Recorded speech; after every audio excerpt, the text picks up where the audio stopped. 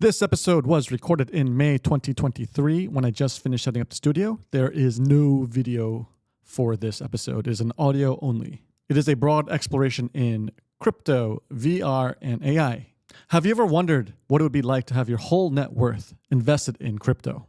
YK Goon from a previous EOA episode shares his insights around this.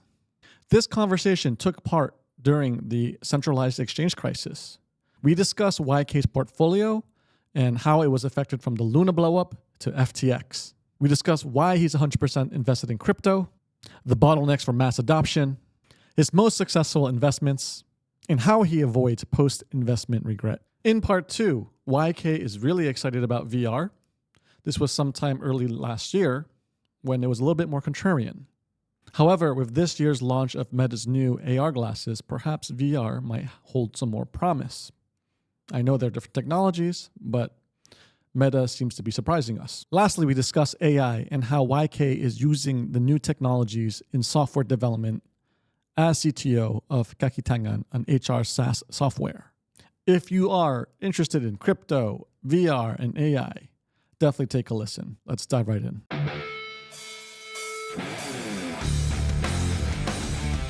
Let's record. Okay. So, but then, man, last time we spoke was probably more than a year ago. Yeah. Long time ago. I was reviewing our notes of what we last talked about. We talked about a lot of stuff, a lot of personal stuff, a lot of non-mainstream stuff, like, your ideas on masculinity and strength, personal stuff like, how life was tough. We talked about flow. We talked about, what else? Following your curiosity. Very topical still. Yeah. We talked a lot of different topical, personal stuff, which was, because I think I was still trying to find out the format and stuff. I still haven't really mastered, I'd say. Yeah. But then, we talked about some of your work too, software engineering, how you thought it was more of a garden. Yeah. You were doing a lot of crypto trading back then. I'm still active in crypto. Okay. Never been trading too actively, but I keep my eyes on it. Okay. So every day. In what kind of sense? Because just for the audience who doesn't know, you're a software engineer or developer, or I don't know how you would call yourself. But so is it from the perspectives of building infrastructure, investing, or also trading, as in just speculating? Yeah, I approach it as an investor mostly. Okay. I do a bit of what do you call yield farming. Okay, can you explain that a little bit? Essentially, you put money into crypto protocols and put it to work, making your capital work for you. Okay, and how does the mechanics of that actually work? Pretty much a bank that you run yourself. Okay. So by doing that, I have no experience in finance. I don't know what a bank does. Yeah. By doing this, I now have. I got some inkling of what the professionals do, behind the desk. So putting your so when you put your money into banks, they may lend it to people, they may buy instruments. Yeah. And essentially decentralized finance allows you to do the same. Okay, so let's break it down. Can you give me an example? So you've converted your fiat into, these days, are you using, what's that called? It's like a wallet. MetaMask? Are you using MetaMask? Are you off the centralized exchanges?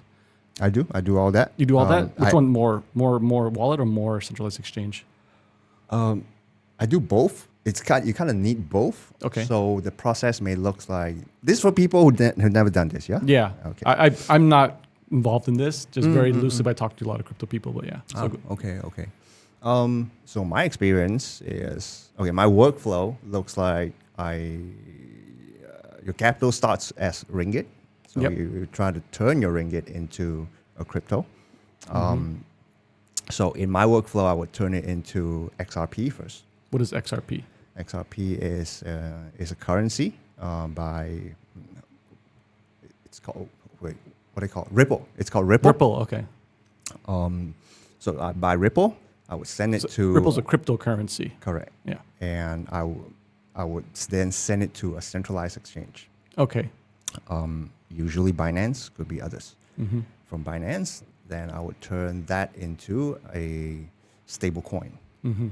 which could be USDT or USDC, etc. Yeah. So that becomes my capital, which I then turn it into something else. Okay.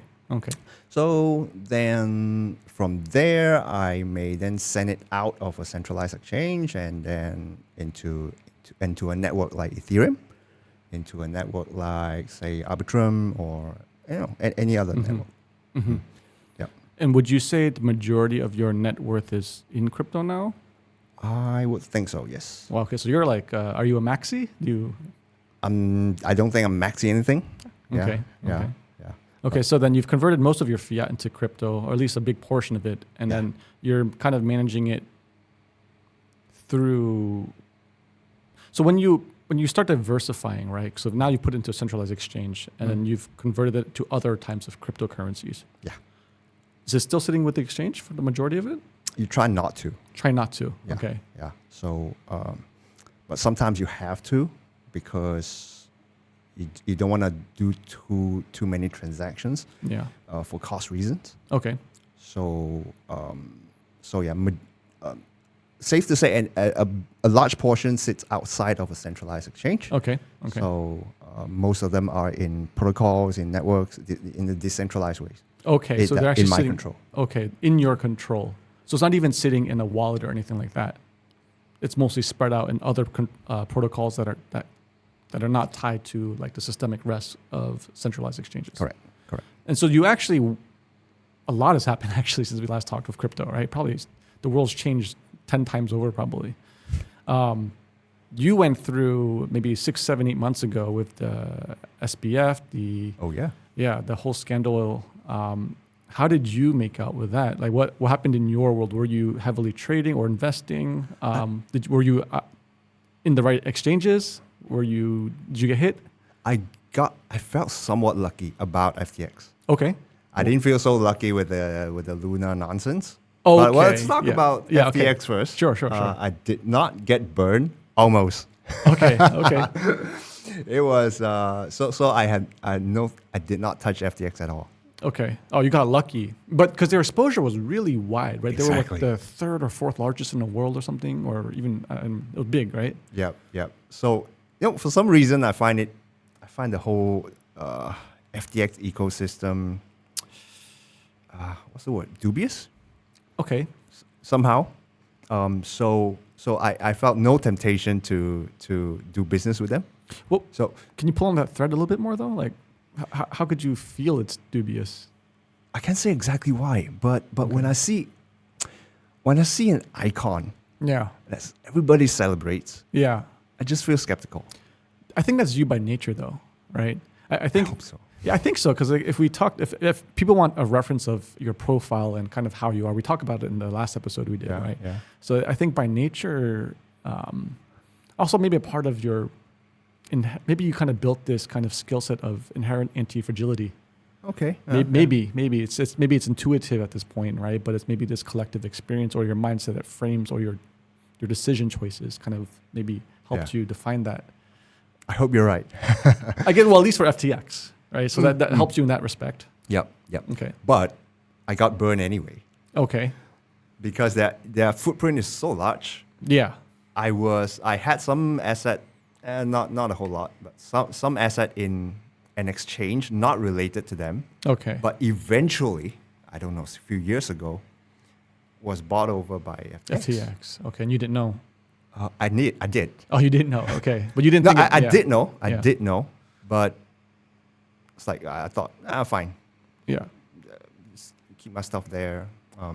Small percentage of your portfolio. Small percentage. Okay. Did not hurt me very much. Yeah. But technically, even now, the assets are still there. It's just locked. Okay. I couldn't take it out because it's. What is going on exactly? Is it like getting litigated in the something like that? Because it's so weird though because it's decentralized. So like how can?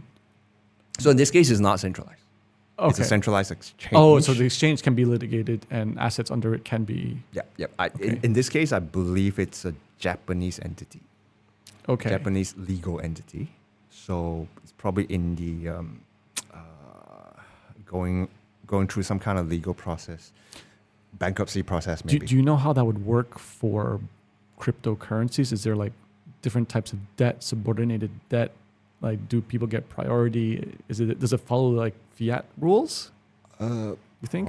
Probably. Even if it is, I don't know it very well. Okay. So, well, we just hope then your money comes out somehow. I'm slightly hopeful. Yeah. Compared to other entities who got it way worse. Yeah. So, yeah, that's true. So that was that. Okay. Yeah. So FTX did eventually hit you a bit. And Luna, that hit me hard. Okay. Yeah. So there's one. There's a related thing called Anchor Protocol. Okay. So I had some USDs there. Mm-hmm. So that was a total loss. Mm-hmm. Pretty much. And that was because Luna was deeply tied into FTX. That's why. That you could say it has nothing to do with each other. Oh, okay. So Luna itself is a separate network. Yeah. So effectively, the token price crashed to the point where it affected a protocol which gives yield. Okay. So basically, you put your money there, and then people can borrow money, and then I believe so, something like that. And then that's how you get yield. Yeah, they pay you high interest. Yeah. I guess I cannot explain how the physics work, but because it's the whole network was backed by this Luna token, and the price crash, everything just falls down with it. Why did Luna crash? The token specifically? I can't explain it, but it looked like some kind of mob terror going on. Yeah, like a bank run essentially. Yeah. But then don't you want to explain it because this affects your future investing, where you put money, doesn't your thinking around crypto and the risks and how to manage the risks? Yeah, I don't know. I would say it's bank run is the best explanation so far. Okay. That was after FTX, right? No, that was before FTX. So Luna was first. Oh, that was a while ago then. Yeah. Mixing my timelines Probably half a year before. That was a time when there was a lot of other things in the headline, like Ronin Network was getting hacked, right? And then, I remember Luna was the big one, but then there was no contagion from that until, I guess you could say, 6 months later with FTX. There was contagion. It followed about 2-3 months afterwards. Yeah, but then people forgot really fast though, right? Right. So like prices dipped a bit overall across the board for most of the major cryptocurrencies, but then it still was not like anywhere towards a historical low, right? Yeah. So funny thing is with Luna, there was an icon. Yeah. Who was it? So, his name is Do Kwon. Do Kwon, yeah. Okay, so Do Kwon's the Luna guy. Yep. He's. So I should have been cautious about that. Okay. But I did not pay attention. I was kind of blindsided with the yield. Yeah. Okay. Yeah. So greed? That was greed. Yeah. Greed. Yeah. The typical causes. Yeah. Put it this way: greed plus social validation. What was the social validation element that It was so this mechanism. Yeah. Where you put the name is Anchor Protocol. Okay. It was widely accepted. Okay. Pretty much, no one was suspicious of it. Okay. Yeah. So okay. There were a handful of skeptics. Yeah. But yeah, I didn't pay attention there. Good thing is I put in money once. Yeah. It's a healthy amount. But I didn't put more. Yeah, that's good. As best I can hope for. Yeah. And so then, how did that change your thinking or your investment framework or your thesis? Like, do you manage risk better because of this? Or when you look out for new opportunities, what are you assessing? There has been some change, but it's not related to that experience. I can't say. Okay, overall, I am a little bit more cautious. Okay. In looking at where they generate the yield. Okay. Yeah. Okay. So the saying is, if you don't know where they get the yield, you are the yield. That's the saying. It's like a Ponzi scheme, sort of, right? Yeah. And just if there's a lot of hype, then they just keep getting money in. They pay back the early guys, right? Right. So then what's the best case of strong, healthy yield, real tangible value in today's market for crypto? They tend to. It's preferable if they pay the yield in real currency, as in they pay you in USD, rather than a coin they mint themselves. So isn't this just like a very strong crossover back to fiat? Like it's almost like currencies pegged to like another currency, right? As in they may pay you, say I put in, I stake something. Yeah. And you pay me in Ether, in ETH. Okay. That's preferable to you pay me in some coin you made up. Okay, so like at least a well-known coin with a lot of liquidity. Yeah. With a lot of like ties to maybe institutional money, or because how are you tying back to credibility? Ultimately, it goes back to fiat again, right? Like, or at least belief in those more stable coins. It may or may not involve fiat, but as long as you get back something, respectable. It could be USDC, or if you don't like fiat, it could be ETH. Yeah. For example. Yeah. So that's in crypto speak, that's what they call real yield. Real yield. Yeah. Okay. As opposed to reward yield, which they give you something dubious. Like, for example, some coin they made up. Okay. Yeah, which may appreciate. Well, for example, in the case of FTX, it was their coin, right? Exactly that. But it seems, like if for their scale and how much money, if money was not misappropriated, there was enough. Like if treasury was managed properly, wouldn't the coin be considered? It could. It was in what time, right? Yeah. But we don't know. So that's what I'm kind of trying to question, the premise of like what makes a good, safe cryptocurrency to be paid in ultimately, because it sounds like it ties back to the same thing, which is very nebulous. Yeah. So, if the question is what are the blue chips? Yeah, correct. Then I think you can't go wrong with Bitcoin and Ether. Okay. The top two. Yeah. At this point, it's pretty much that. Yeah, and I guess the money that's put in has not like the price has not dropped below like the guys who are like staying forever, right? So I guess that's why it almost transformed to fiat in itself, right? To trust in that is the belief in those coins itself too, no? Yeah. Another framework, another mental model you may use would be: would these things still exist in 20 years, in 50 years, in 100 years? Yeah. Chances are they do. Yeah. Value is another story. Yeah. But they. You mean like the price essentially? Yeah. I mean, price is always relative, right? Yeah. Correct. We cannot say American dollars will still continue to exist in 50 years. We don't know. Yeah. But Ether is quite a good chance. It still does. Well, it's gauging probabilities, right? I guess. Well, no. If I run a node today, right now here, I run an Ethereum node. Yeah. It runs.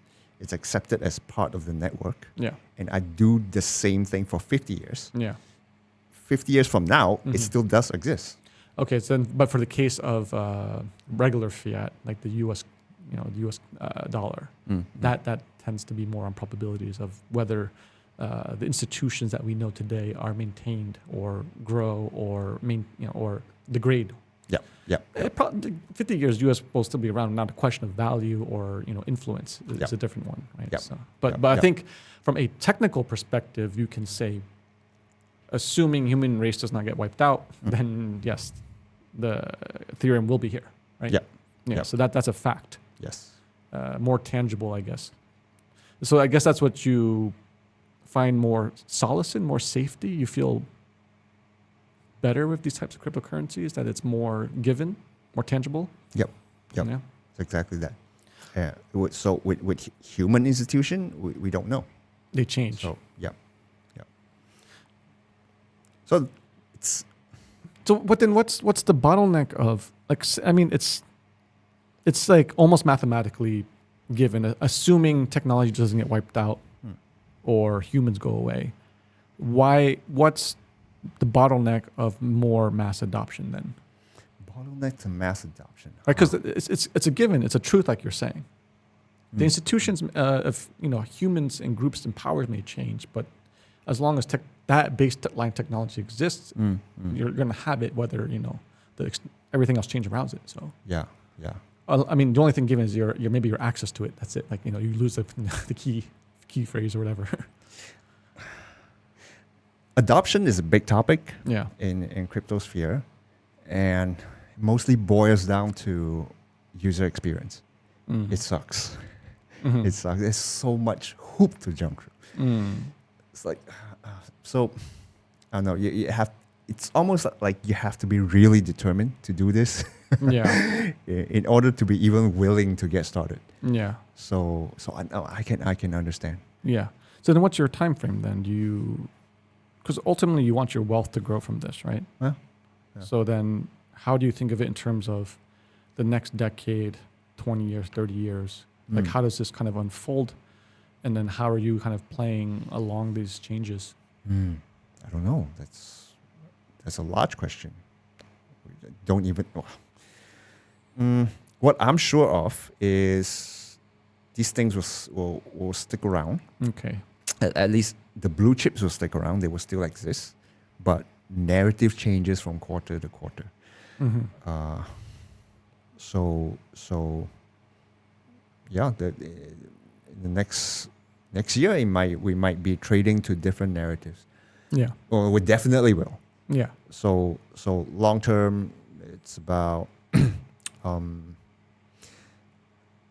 you maybe your question is about personal finance, which might or might not involve crypto. So a person in his 30 manage his finance very differently from a person who's 55. True. So pretty much is that. So when I at the right time, in the right amount of wealth, I'm gonna de-escalate. What's the right word? I'm gonna de-risk. I'm gonna de-risk and do less risky stuff. What is risky? Are you saying like yield farming is risky? It can be. Yes. Yeah. It can be. So right now, I would say my risk profile, the way I construct my portfolio, would be ideally speaking, something like 30% risky, 30% non-risky, and everything else in the middle. Okay. Yeah. Ideally, I would. It's not at this stage. Yeah. But if ideally that would be the case. So when I'm in a safe zone, I feel okay financially. I'm secure. It's not gonna be that configuration anymore. Yeah. It's gonna be maybe 40% in the low risk and 20% high risk, something like that. But all within crypto still. I think so. You think so? I think so. Okay. Yeah. Okay. Good question, because that I can still manage my money and make and use them to make more yield. Yeah. Otherwise, it needs to go to hedge funds. It needs to go to some Index schemes. Funds or just saying, some vehicle, some TradFi vehicle. Yeah. Okay. Yeah. It may still happen. But. Does your choice of putting majority of net worth into crypto also tie to you being Malaysian? Oh yeah, I think so. I think so. Because access is a big deal. So in theory, you could move anywhere in the world and still manage your wealth and grow your wealth. With crypto, yes. With crypto, yes, correct. Yeah. Unless, is it possible for a country to ban crypto? But like, it's not possible because you'd have to ban access to internet, right? Usually, okay, yes. Well, so yes and no. When they say ban crypto, it's just illegal, right? Typically, what it means is from crypto asset to a fiat asset. Okay, so the off ramp. Yeah. So the off ramp process is usually where this manifests. Okay, and they'll say you cannot. Yeah. So as in you have no way. You move to, say, I don't know, name a country, Cambodia. So you may go there. You have a lot of Bitcoin, but there's no way to turn that into Cambodian currency. Yeah. So you cannot buy a coffee. So therefore, Bitcoin is meaningless. Yeah. You have internet. It all works, but you can't buy a coffee. In countries where crypto would be banned, you wouldn't be able to off-ramp to real world goods, essentially. Yeah. Right. Yeah. So, for example, in this case of Cambodia, there's no way to pay things, or you would have to probably off-ramp in another country and send money to Cambodia to try traditional finance way. Or you may off-ramp P2P. Talk to a guy who is willing to take your Bitcoin. And then give you fiat in real time. Yeah. Whether that be cash or a bank account or something. Yeah. Okay. Yep. Okay. Yeah, sounds okay. So sounds like it's a pretty interesting thesis, because it does seem like we're at a place in time in the world where there's a lot of turmoil, a lot of change and transition, big wealth gaps, wars, very weird political dynamics in the West, right? So very which I think points to underlying problems that we're not really addressing, right? And I guess in the face of that, which I don't know, are people talking about this? Like crypto is a good answer to that? Like it's just a very sure solution to protect wealth? Yes, on the idealistic side of the convos. Are there any flaws to that thinking? Like what's the downside? Where do you get messed up in this kind of equation, in this world of change and volatility? To the question of are there downsides? Yeah, I think there is. It carries all the weaknesses of capitalism. You may say the rich get richer. Continually get But richer. it's only a function of lack of adoption, no? Or is it the nature of the economics of how crypto mining works and acquiring crypto? What do you mean by the rich get richer? See, this is all about free market. So we because this whole crypto thing it's all free market. It's as free as it gets. Right? Yeah, it's the ultimate decentralization, ultimate libertarian idea. Like no one can stop your money, and you cannot, you can transact. So eventually, it will come to a point where the rich do get richer, and by hoarding the cryptocurrencies, or perhaps, or the skilled ones continue to be more skillful, more knowledgeable. In terms of acquiring more crypto? Yeah. So there's there may be no entity to enforce asset redistribution. So you may come to a point where the rich continues to be rich. And that only matters when there's more mass adoption, because then there's more optionality to use crypto and how you want it. And they're the ones and the rich or the people who are hoarding the crypto have the supply to do so. Because I'm not too sure the mechanisms of how that progresses and that you end up in that state. Yeah. I won't formulate my thoughts too concretely on this. Yeah. But I don't think of this in terms of crypto or not. It's essentially... It's true. I would agree with that. You may equate this to a state of anarchy. A state of anarchy There's no real government to collect tax, to redistribute wealth, all that. Then what's the logical conclusion of that? And we project it forward. Yeah, that's why I don't. I personally, I mean, I haven't thought about it that deeply either, but I personally feel that it's very hard to get to that state because you have such inherently strong institutions where you kind of need to coexist. Right? That this is going to be a very viable alternative as a currency. I don't know how they work together. That's the current probably problem, right? How does it get integrated? And ideally, you would like to replicate your current institutions on the blockchain, like the U.S. government on the blockchain, so then they can enforce some type of taxation, right? Like your citizenship is tied to this. I don't know. Because it's very hard because once you cross into the physical world, you're talking about physical power. Yeah. Right? Yeah. And you can't deny that. Yeah. So if you could be the richest person in the world, maybe you're worth 500 billion USD worth of crypto, but if they just kill you, that doesn't matter ultimately. Yeah. So there's that intersect that always, to me, is very real. You can escape, and that needs to be resolved. I don't know how it gets resolved. I think it coexists together. I think crypto is another asset class, but also potentially with more wider technological uses. And that I don't know how that turns out. But I do think it's just not going to, it's not one or the other. It's not like maxi to, like how some people believe it's going to get rid of like all these institutions. If that is the case, then wow, that's a scary world.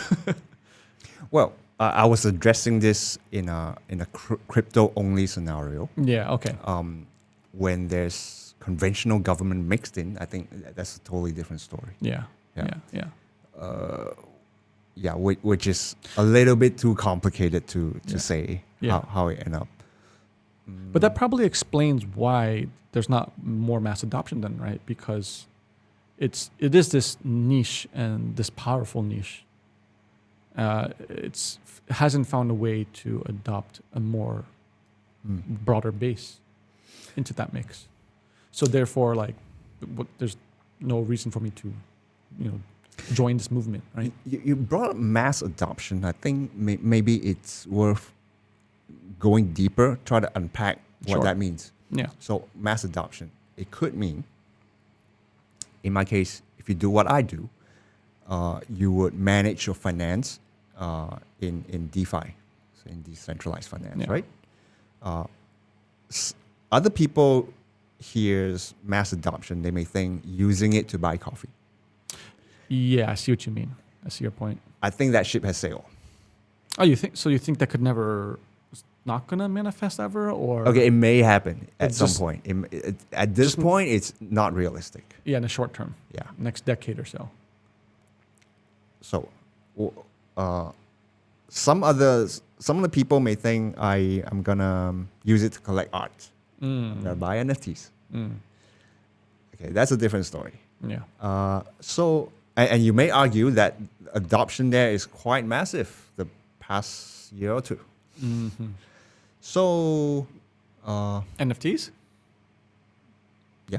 Haven't they gone off the? Okay, not mass, but quite large. Before FTX, like it was just like that's where all this money and interest was piling into. But like the volumes, like in OpenSea, have dropped significantly. But in general, I see your point. Right. Yeah. And then folks who play games, right? Yeah, GameFi is huge. Yeah. So mass adoptions, I think, means different things to different people. That's fair. And even different domains. Yeah. So, So it depends on which angle you want to tackle. Yeah, that's fair. In your case, what is your definition? Depends on what you want to achieve with it. So in my case, it's managing your own finance. Yeah, that's tough because I don't expect regular folks to do it themselves. Yeah. And at the same time, mass adoption for you would be very fluid on-ramp, off-ramp ability probably. Right? Because otherwise it's not very useful then then it can't be widely adopted. So it does seem there would be some need of regulation in your world because ultimately you still need to buy your coffee and your food. Yeah. Right. So I mean, on-ramp it's fine now at least in Malaysia. It's doable. There's a few exchanges you can use. Yeah. Before that, I do P2P. Okay. It was costly. I don't recommend. Can you break down that cost and why is it costly? And what is P2P? Give me an example, for example. So you ask around, you go to forums, you go to chat groups. Okay. Hey, I got this. I got this ringgit, or I got this amount of ringgit. Yeah. Okay, you want to sell me a Bitcoin? Okay. So we meet somewhere. Yeah, and then we change hands. Meet where? It could be. Well, I met some guy in a petrol station before. Sounds so dodgy. Right? Oh my Except God. for the fact that he owns a petrol station. Oh, okay. I was in his office. I was like, okay. He was probably mining out of there too. And I'd be like, okay. He was asking me, do you use Etherscan? Oh, okay, sure. He sent me his. What did he send me? He sent me his USDT. Yeah. Okay. That's and then we check in real time. I said, has it arrived? Okay, arrived. Wow, I can leave. Oh my God. Okay, here's my cash. There you go. Wow. Okay, I could see. Yeah, okay, so it's costly because the frictions are high that's the whole point of the integration into the other, like the fiat world, the institutions that we currently have, where trust has been manufactured in a different way, where trust is not a given on a technological basis, right? So it's very blurry. Yeah, it's very blurry. So then how do you... So like you have risky and you have not so risky, then you have very safe. Yeah. So how do you set up your investment framework or your thesis, or how do you what looks like risky, what looks like in the middle, and what's safe? Safe is just, I guess, crypto sitting in a wallet in like a stable coin. Yeah. So I guess that's a good question, because what is safe means different thing to different people. Yeah. So things you don't know means they're not safe. So what do I not know? Art. Oh, so you're taking so you buying an NFT or something, or speculating NFT. Okay. Exactly. So that would be risky. I don't know games. GameFi. Have you invested in anything in games? One item. That's about it. Oh, so you bought an actual item. Okay, no, sorry. One coin. One coin that's related to GameFi. That could buy an item, maybe. Yeah. So, I don't know financial mechanism. A lot of protocols do their, I don't know, financial magic. It's just magic to me. I could look at the code. I don't know what you're doing. So like perpetuals, options, that kind of thing. I don't know them well, right? So I could study them, but still, it's not my forte. So then, so we're talking about the risky. So how do you get up to the edge of the abyss, right? Because you do your research, but you're at the edge. You can't go further. Well, what makes you jump over to the abyss then? Why? No, I stick to things I know. But you said you diversify into risky, right? Yeah, I do. So, well, even risky is in the category. I prefer it in the category I know of. Okay. So what do I know? I know software. Okay. So, because I know software, I would pay attention to crypto assets that are infrastructural. Okay. So they would form, as in the value they provide would form infrastructures that other technologies ride on. Okay. Right. So in this sense, I know it a little bit better, and I can, if the team members talk about this, I might have an inkling of what they say. I see. Okay. Yeah. Now, doesn't mean they're safe. They're still risky because they haven't proven themselves. Okay, so then what are your parameters to mitigate the risk? Like, what do you say is a green flag versus red flag? I do have a framework. It's not on top of my mind now. Say if they are somewhat that the age matters. The age matters. Okay, of course, the older, the safer it is. So you're looking for more experienced guys. No, the age of the project. Oh, the age of the project. Okay, I was going to say people are they can manipulate. They're older. So the age of the project, which makes sense. Okay. Another thing is I don't prefer projects where venture capitals are involved. Too much hype, or what's the risk? The incentives are not aligned. They're more likely to dump on us. Pump and dump. Yeah. Yeah. Okay. So stay away from the VCs. So so by that it means the project preferably would be something community built.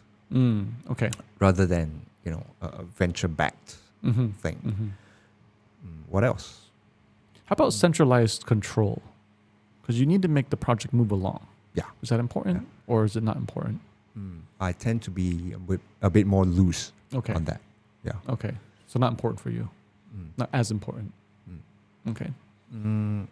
Some people say community is a big factor. The quality of the community. Yeah. I want to agree. Okay. But I'm not good at judging it. Okay. Okay. So. But the most important factor has to be the value that it brings, right? Yeah. So how are you assessing the tangible value that the project brings? And maybe you can give us a few hard examples. Okay, so that might manifest in a few metrics. Okay. So when the project is running, it may collect revenue, and that's something you can see on chain, right? Yeah. That's something you can read somewhere. Yeah. Or it may collect capital. Yeah. Which is total value locked. That's usually the metric, TVL. Okay. So it should be going up. Okay. So so these are the few financial metrics. Yeah. Some edgy metrics maybe. Edgy metrics? Developer adoption. Okay. Yeah. I see. Sometimes I look at that. Okay. If the project is a bit too young, I want to know that say it's a network. It's what we call a level a level 1 network that competes with Ethereum. Okay. For example. So because it's very young, I don't expect there to be real money in there. So you look at TVL and it means nothing. Yeah. It's flat. Because you're betting at a very early stage. Yeah. So what do? I may look at the amount of people who intends to code here and intends to deploy their projects. How do you see that? In GitHub. Okay. In some other places may track that, but largely you would look at I think I pulled some tricks in GitHub and I'll search with some parameters. Okay. It will track there's some uptake in people who code in this. Like requests and pull requests. Something like that. Yeah. Okay. Yeah. So that would tell me. So developer interest would directly affects how many applications get deployed. Okay. Yeah. So the more the better. Is there a specific theme where you're seeing the most promise in your investment horizon in terms of these projects, protocols, or whatever you're calling them? Theme. Yeah, theme like it's like something specific in DeFi or a game or like I don't know like what like so for example what project have you maybe invested in that's taken off, for example, and what were they doing, like what value were they creating for what end user? I can't speak to trend because the space is so noisy. Okay. It's very hard to draw. Like right now at this instance, meme coin seems to be a thing. Meme coin. Meme coin. A meme coin. Like Shiba, like Dogecoin, that kind of thing. Really? And then they make up new coins now, like it's totally useless. Yeah. But people like it. Yeah. And it pumps. Yeah. So the trend and narrative changes every quarter. I can't speak to trend. I can speak to what. Yeah. What about what you've invested in that's taken off? what invested that's taken off. There's a memorable one called Livepeer. I no longer hold it. Okay. I let it go once I'm happy enough with it. Yeah. That's quite interesting. It doesn't form a trend though. Yeah. So what is it? What it does is it renders video, if you can believe it. On-chain. On-chain. In a decentralized way. Interesting. So it's using like a peer-to-peer network to render the video. So for example, if I wanted to watch a video across a distributed network, it would allow me to view it on my device. But it's being pulled out from like a centralized server, or what does that mean? Okay, I clearly don't know enough about this, but what exactly they do would be like they do that. You think of them as a rendering farm, but decentralized. Okay. So if I run a node here, okay, that do this, I would somehow get a chunk of some video. Yeah, correct. I render it. Correct. And I get back tokens. Okay. And this token is called Livepeer. Okay. LPT. Yeah. And it's worth something. Well, I mean, like the far use, like say, like the perfected product of this would be YouTube on chain. It is YouTube on chain, right? But consumers won't know about it. Yeah, it's just another YouTube. Yeah. So instead of YouTube rendering it, this network is rendering it. Correct. Which and is somehow, distributed. and somehow where it ends up, I don't know. It depends on who wants to use this service. Well, it gets maintained on chain, right? And that chain gets copied to everywhere it's touching. I don't know. I guess. How to describe it. I guess. So such things exist. Okay, so how long was that time frame of you buying the coin? You bought, was it called Litecoin? It's called Livepeer. Livepeer. So yes, you bought Livepeer, the coin, right? It was a period of holding it, and then by the time I sell it, probably 2 years. 2 years. Okay, so it was painful, man. It was so painful. I gave up hope on it, and then it just took off. Yeah. Why? So, market problems, bull run, bull run came, everything goes up. Yeah. But then, is it still being used? Is the volume high? Like, are people still trying to use video on this? Apparently, it's doing well. Last I read of it. Yeah, because I mean, like a pump is one thing, but overall trajectory of continued usage over time. Oh yeah. I think there is. I think there's some real usage. Last I read of it. And I guess the only way this would make sense is in the most extreme form of free speech, videos that cannot be blocked on chain. And that would be the ultimate use case, right? Like for good or for bad, unfortunately, right? Yeah. Or whatever you believe, if you're more of a free speech maximalist or not, right? So I guess that would be the most sticky end use case, right? Where you would want to buy into a system where I can't be blocked. So for example, say you're a dissident in some country and you want to get your voice spread out there, then you could, in theory, upload your videos to this on-chain network. It's distributed and can never be taken down in theory unless you can take control of the network. Yep. So that seems to be some inherent value in that, because and ultimately I think it's real tangible value, because the whole point of blockchain is about trust. Yep. Right, and free speech and trust. Of not needing to trust. Not needing to trust. Like the system inherently is. Yep.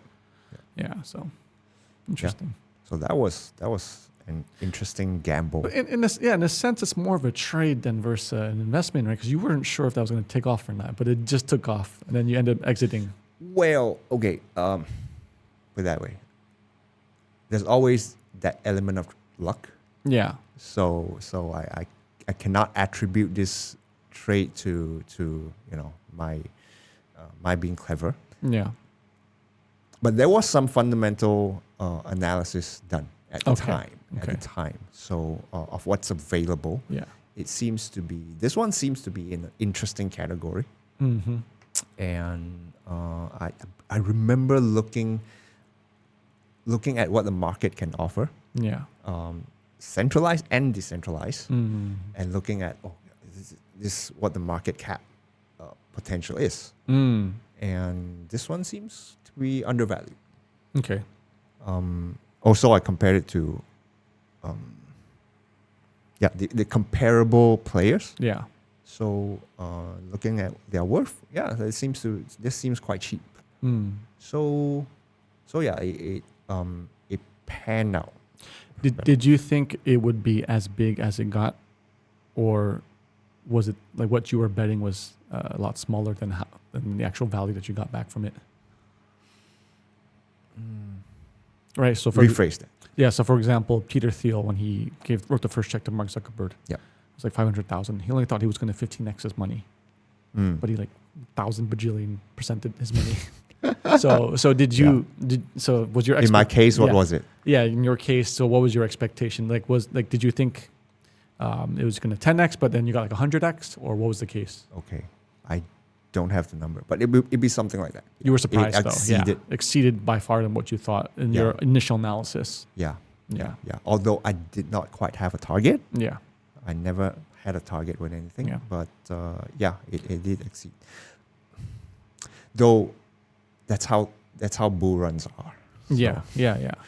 Yeah. So and I think that's a very important note that you have, right? And a lot of VCs should also take note, right? Like in the past decade, a lot of them have invested in many unicorns, but was it just their skill or their right timing and place? Like because they were in Silicon Valley and hitting a bull run, and there was loose liquidity from the Fed, right? That you were able to spread many bets and just capture a bull run.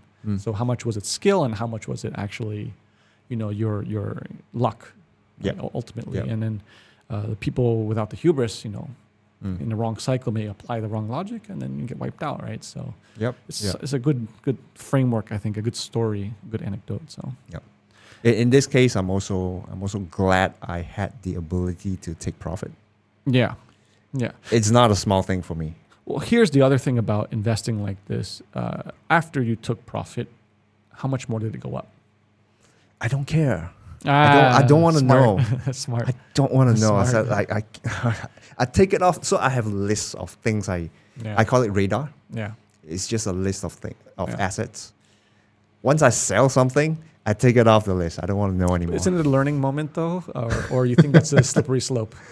I don't know. It could be the wrong move, but no, I'd rather not have it mess with my head. Okay. Yeah. Fair enough. Is there any other notable investments, like what's it called? The coin again? What's it called? Livepeer. Livepeer. Is there any other notable investments like Livepeer that maybe were successful? Maybe not due to bull runs, but maybe due to the actual value and usage. Okay. Let's see. Or maybe you got the thesis somewhat right, and then you were able to get profit.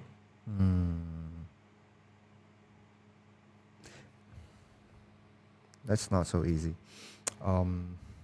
Let's see. Trying to recall things that I'm still holding, and then there are actually things I let go of. Okay. Let's see.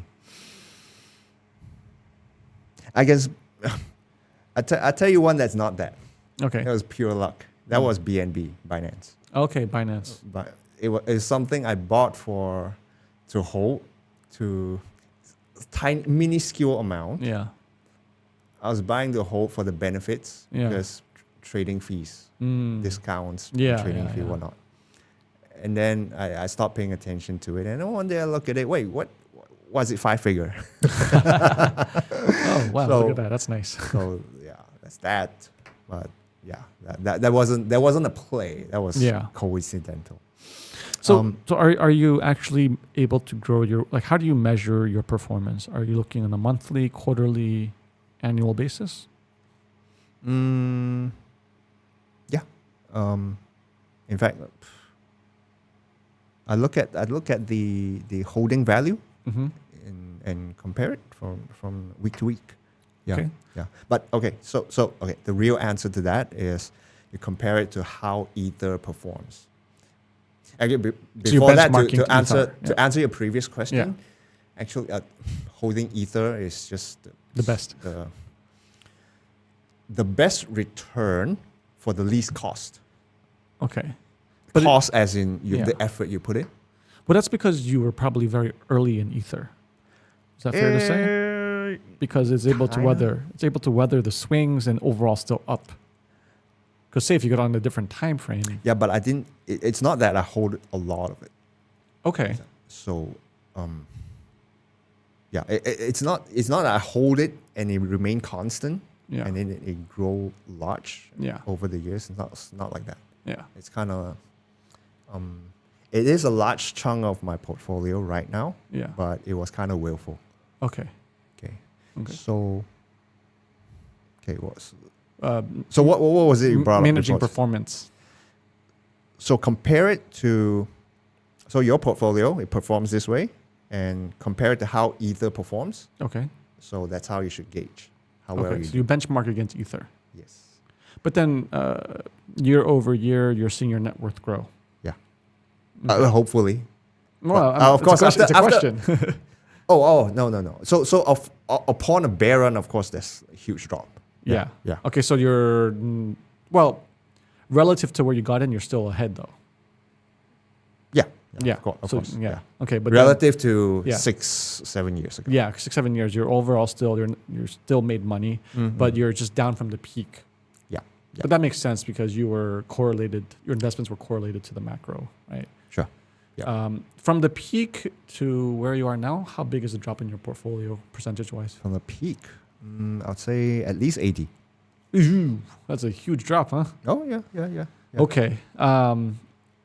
And do you think going forward it's still going to be very correlated to that, or you can invest in such a way that it will not be correlated, like real alpha? I doubt so. Unless my risk propensity profile whatnot changes. Yeah. Meaning I hold more most. Meaning if I de-risk, I hold more stable coins. Yeah. Then that might change. It might change in that your growth is slower, or it may change in that the drop bear market doesn't hurt me that much. It's like hedging a bit against the thing that you're trying to get away from, ironically. Yeah. So meaning, I think it's still unlikely though. If most of your holdings are Bitcoin, Ether, and upon a bull run, it'll still drop. Okay. So, yeah, I'm fine with that. Yeah. In fact, if all my holdings has like all the shit coins are out, it's only Bitcoin, Ether, and it drops 80, I'm perfectly fine with that. Okay. Yeah. So then, it seems like you're just taking it like month by month, quarter by quarter. Like you don't have some kind of grand vision where this heads to, or how to direct your money in such a way that it gets this unlock where the wealth grows exponentially. It just seems like you're just staying invested in crypto, kind of seeing how opportunities arise, see if it kind of makes sense, make the small bet. I guess you manage your risk by spreading the bets now, not as big bets, smaller bets across many things. So, okay. So then you just overall hope this grows as a category. Correct. Do you see more institutional money moving into this? Do you think regulation is going to help this? Do you not look at those things? You don't care? Regulations, it's a big topic within crypto. It should affect you too, ultimately, I guess, right? In a second or third order effect. Okay. But I haven't made up my mind whether it's a good thing. What are you looking at to decide this? I don't know. It feels like look. Here's some downside I can name. Yeah. So you have institutional money flowing in. They could also flow out very quickly. That's a good point. And that hurts. I think the main reason why things have probably continued at this current prices, or at least not dip below, is because the money's staying, right? So that's a good point. The risk is that they could leave. Yeah. So is that good or bad? I don't know. It's got to be bad. Come on. And because institutional money is in, then it's somehow affected by what the Fed does. Yeah, it's correlated, which is, again, ironic. Yeah. Right? So I know it's correlated now, but the more institutional money is in, the more correlation there is. So you're now on the whim of Jerome Powell. Why? Can you explain that mechanism? Okay, so there may come a time when, based on the decision made by the Fed, they may have to pull money out. Because they need money for their obligations. Yeah. In the real world. So in a real bank run. Yeah. Say. Well, currently we're kind of going through that, right? Yeah. So okay, well, I have to get cash from somewhere for the bank run going. Yeah. I need to sell my Ether. I see. There's a lot of Ether to sell. Yeah. So. At least for now, at least the big four global banks or whatever number that is, they're well capitalized enough and benefited enough with enough regulation in place to absorb all these smaller banks that are going under. Right? At least we're seeing that in headlines where they're buying up all these smaller banks who are distressed from they just raised rates again recently, right? Yeah. Another 25 basis points. So, I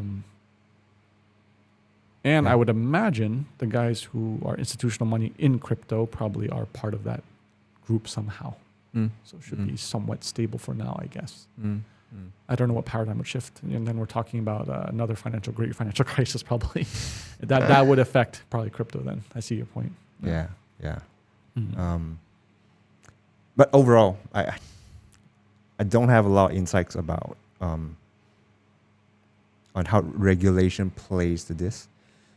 So in general, I would prefer government to have like no hands.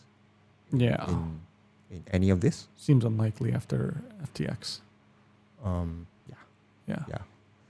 But I was talking to some friends. There's a big shift of more favorable regulation in the East versus the West. You mean in the East first? Yeah, like that's more crypto friendly on a government perspective, regulation wise. So a lot of more crypto projects are looking. So like if you were to start a project or something on crypto, like you would tend to probably look more towards organizing in Eastern countries, Asian countries. Yeah, that looks like it. Yeah. I've heard, of course, Singapore is established. Yeah. I've heard Hong Kong want to do something. Yes, Hong Kong, yes, correct. That's what I heard too. Yeah. Makes sense. I guess good for you. Doesn't matter. Doesn't matter. As long as you're not blocked. Yeah. Yeah. There's no way for them to block you technically, actually. Yeah, you have to rip out the internet basically in order to do that. Unless I dabble in running a fund, I would say it's pretty much irrelevant to me. Yeah. Okay. So, no, but even crypto funds, if they're mostly in crypto, it doesn't matter either then, right? I think it does. Why? Because you're talking about running a fund, right? Crypto fund though. Like your money is all in crypto, but you invest. Do you touch fiat? No. Okay. Then that's doesn't matter. Different story. Yeah, it doesn't matter. Yeah. So then what else are we missing in crypto? Like in your world, what else is interesting in crypto, or did we not talk about maybe where you're What do you know about GameFi? So what has crossed your radar? Very little. I just had a podcast with my friend from Team Rocket Research. They focus on GameFi a lot. And they actively are investing in those games and doing research around them. And they approach from a very traditional standpoint, just like any other gaming company, actually. Okay. Right. I guess like from what I understand and what I'm told is that the difference with GameFi is that, in theory, you can make it all games more portable with each other. Yep. Right. Yep. So that would be the main benefit of the games on a chain. Right. So my item bought in this game can be brought to this game, and that's the problem with the current ecosystem, right? Current games are massive. We're talking like games generate hundreds of millions of dollars buying all these skins. The economics are real, actually, right? Yep. So the way they look at it is just any other traditional game. The usage, the traffic to the website, are there actually people playing the game, right? How's the growth? Like very, very traditional kind of like almost like e-commerce metrics. So they look at games like that. And his thesis is that early this year, a lot of games have been started, but you won't see traction only towards the end of the year. And he believes VCs will start entering back into GameFi at the end of this year. Right. So, but he's very open to looking at any game. Ultimately, it's very simple. Like, if you play games, you should know what is a good game, right? So if someone comes and pitch you an investment to invest in their game, right, just play the game and see how it is, right? Then look at the usage, because everything's on chain anyway. Okay. Or then look at the other traditional metrics, like cohort analysis over time, usage, the economy of the games, like how are people trading, the value of items, right? So that's the very general basis that I understand about GameFi. I mean, the most popular one was Axie Infinity, right? Significantly dropped from its peak, but still very healthy ecosystem, right? The game's still alive. Traditional games themselves are big and have the ability to cross over in the future, right? Like the Robloxes of the world, this kind of stuff. They have their own currencies already. Yeah. So I don't know. Is there anything specific you want to know, or because I don't look at any game. I've been pitched quite a few games, but I don't bother to try playing them or this kind of stuff because I personally would like to see a white paper and see how well thought out the quality of it is. And of course, you don't necessarily need that as long as it's a good game inherently. But I just haven't come across anything that's very compelling. It seems very scammy, Maybe I'm trying to do some life thinking on how to approach investing in games. Okay. Which is like quite an interesting category. I think, say 20 years back, how do you invest in a game? 20 years, you'd have to do it through a studio. You have to create a studio. Exactly, right. Well, 20 years ago, it had to be a big studio. These days, they have like the indie studios because technology's progressed so much, right, in terms of software development and tooling. So I guess it's safe to say you have never been able to invest in gaming as a category for a lot of people. So interesting. This has opened up. Is that true? Yeah, the only way is if you have to build it. I mean, okay, if I'm rich by buying it, I guess. Yeah. In 2002, say, I have large chunk of cash. Okay. I'm interested to invest in gaming, not gambling, gaming. Yeah. What do? I go to a fund. Who would do this. Who specialize in, probably to get exposure to it. Or you could just directly buy studio or invest in studio or build a studio, right? That's a bit too high risk. 2002 is like, that's where all the giants began, right? Like all the ones we know today. So my point is, there's now that opportunity. Okay, so it's kind of democratizing. Yeah. It more so than investing in films. Would you say? It's the same problem, though. Yeah. It's the same problem. Yeah. Exactly. So if someone wants to approach this, how do they make that judgment? So what you brought up with just now, the framework. The framework, I think, that makes sense. So, but how do you judge if a game is good? So something you say just now, it's like almost throwaway, but is it that easy? If you play games, you know a game is good? I'm not sure. Did you see the recent TV show? Is it a movie or is on Tetris? I haven't watched it yet. You should watch it. Yeah. But it's exactly that. Yeah. Because back then, it's not so clear. Gaming as a category, number one. And number two, like how big Tetris was going to be. It was just some Russian developer who made the game. It was viral within the USSR, right? And then it was like pirated out and then just picked up randomly, right? But then this one guy was so obsessed with it. He knew it was going to be the biggest game, but no one else knew. And that's a matter of distribution problem at that point, right? And then that's the whole Nintendo story, how they get involved and the whole fight, right? But yeah, it's almost like early stage investing. What's a good game? So, okay, here's another difference. Take Tetris. Yeah. Retro game, no narrative, simple mechanics. Yeah. You could judge it like in minute number 3. Yeah, correct. Right now, games are huge. Yeah, very complex. You're gonna, I don't know, our number 1 and our number 2 may be vastly different. And there are aspects like, I don't know, the tokenomics. But let's say we talk about institutional investors, though, who invest in games. They're going to be looking from a return perspective, amount of money. So it's very clear for what they would say is a good game, right? it's more, for them, it's about trackable metrics. It's less quality. Yeah, would you say? But they go hand in hand, right? Yeah, the reason true, why true. it goes mass because the quality is there, and it's associated to those metrics, or at least because like it also depends on what scale you're investing. Are you small, early stage? Then you could do like a big indie win. That's a big niche. Will be a big win. Say like millions of users versus 100 millions of users, right? So here's the point I was getting at. When you get to see the numbers, they have happened. Yeah. And then you invest, then you're kind of a late player, which is fine if you made up your mind to do that. Yeah. So are you trying to say like you want to go earlier, and how can you tell? Yeah. Okay. If one wants to, then you cannot wait for the numbers to show up. Interesting. Yeah, because my friend is saying that there's currently a gap in the market for GameFi investors who are not even looking at the metrics. Right? So that's like a short window. Yeah. So once everyone starts looking at the metrics, then that gets arbitraged away.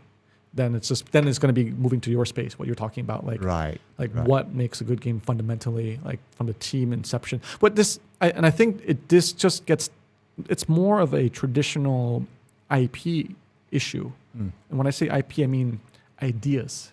It's no different from filmmaking, TV show making, game making. Ultimately, the biggest bottleneck of why people can't do it well is because they don't have good enough ideas. I guess. Right. And then that's more of a question of like, what kind of person or exposure do you need to be a good idea generating person? Right. An idea that fundamentally resonates across many people. Right. Which like what makes a good story, what makes a good film, what makes a good movie, what makes a good game. I think ultimately the core is down to the inception of the idea. And I mean, how to judge that is hard, right? Because it's about the big small. Right, the macro picture, the zeitgeist of the time, and the small, your ability to weave like small niches that can grow over time that are kind of cultish and eventually get bigger. Because sometimes that's a multi-decade process too, right? Like anime, it's very niche many decades ago, very big niche, but now it's today. Fast forward today, it's a massive niche, even that's more widely accepted. Like it's just weird if you don't actually have watched an anime. Right? Whereas back then, 10, 20 years ago, well, maybe 20 years ago, it's like, it's more common to not have watched, probably, right? So, right. So it requires the ecosystem, requires the players, it requires the idea. So it's tricky. I don't know. I don't think I have a good answer to this. Yeah. So I guess I'm broaching this from curiosity angle. Not saying I want to be like early investor into games, but if I were to, how should one do it, right? If you can read the metrics, fine, but there's also what I worry is when I can read the metrics, there's an element of what's that, Conway's law, where if it exists, that metric, look it up. It's Conway's law. Yeah. Let me see. What is it? What does it say? Okay. Organizations who design systems are constrained to produce designs which are copies of the communication structures of these organizations. Wrong. That's not it. Okay, not it. Different one. I'll bring it up again when it comes up. Okay. So when there's a metric for the team to attack, it tends to become. Oh, I see what you mean. The end itself. Well, it's like picking a vanity metric. Yeah. Right. You optimize to the wrong thing, and then it doesn't become a good game. But I think most. I would argue a lot of at scale games, massively popular games, kind of move towards that. Like everyone will complain how microtransactions have destroyed certain franchises, or. You just lose the soul of the game over time. But I mean... And I also don't believe every big game share the same metrics. Yeah, of course. I think there's some principal metrics you can't escape from a business standpoint, right? Like your use. Yeah, like what determines success? Like, well, I don't know. It's a good question. Can you compare the top 2-3 highest revenue generating games, and then are they different games inherently? Like, is it like a game where you have to be on it 24/7? Yeah. Is it a game where you could play one game and quit? And then, because maybe economies are inherently different, right? So, I mean, yeah, I guess there's a lot of variability. Because I know that, for example, Roblox is a world-building game. It's kind of like Minecraft, right? Yeah. Mostly probably through microtransactions of, I don't know, the skins, the currency, the stuff to buy stuff to build your characters, right? I wonder if like anyone would approach it like sub-segmentizing games. It's like I would bet on one category of games and bet on another category of games. I think with maturation, it gets there. I just don't think there's enough talent and ideas in the space, or I mean, there's a lot of infrastructure missing too. Like to go where we are with traditional gaming, to bring it on chain is like impossible because the compute is not there. There's just so like you can't imagine putting a Unity on chain. How does that work? No, I don't know how you could make sense. Yeah, at least now, maybe in the future, if literally everyone's on chain, maybe I don't know. So. But yeah, I don't know. Yeah, I think gaming is interesting. My friend from Team Rocket also said that he believes hand in hand the gaming growth of GameFi will go with SocialFi, social. Social media, centralized social media. Yeah, centralized social media, right? It's going to go hand in hand because your identities are tied in it. So he has this kind of thesis where he's trying to invest and push that space. Yeah. That makes sense. That makes sense. Yeah, I was thinking about writing an essay on how true that is. Like, will what we've seen historically on Web 2 be replicated on Web 3? To some degrees, I think the human behavior elements you can't escape, right? Like, you can't escape